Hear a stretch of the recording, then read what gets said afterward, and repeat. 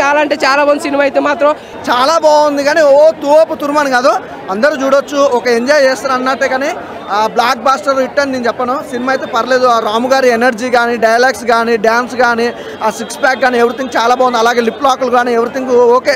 Cinema story పరంగానే కొద్దిగా ఎన్నో తేడా కొట్టింది అనిపించింది. అంటే ఇలాంటి సినిమా పూరి జగన్నాథ్ గారు తీశారా అన్నట్టు ఒక థాట్ ఉంది. అంటే లాస్ట్ టైం చూస్తే లైగర్గా సినిమా చూస్తే అది అటర్ ఫ్లాప్ అయిపోయింది.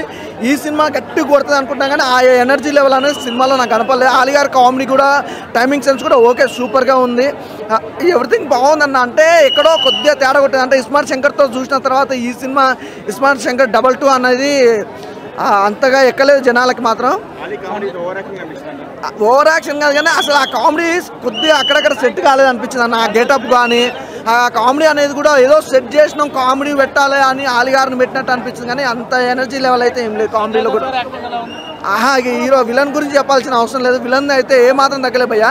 అసలు అందులో లేడీ విలన్ కూడా ఒక అమ్మాయి చేసిన, అసలు ఆమె కూడా చాలా బాగా చేశారు. ఎవ్రీథింగ్ సూపర్గా ఉంది. అంటే విలన్ వైజ్ కానీ, హీరోయిజం కానీ, అలాగే హీరోయిన్ సంబంధించి కానీ, ప్రొడక్షన్ వాల్యూస్ కానీ ఎవ్రీథింగ్ చాలా బాగున్నాయి.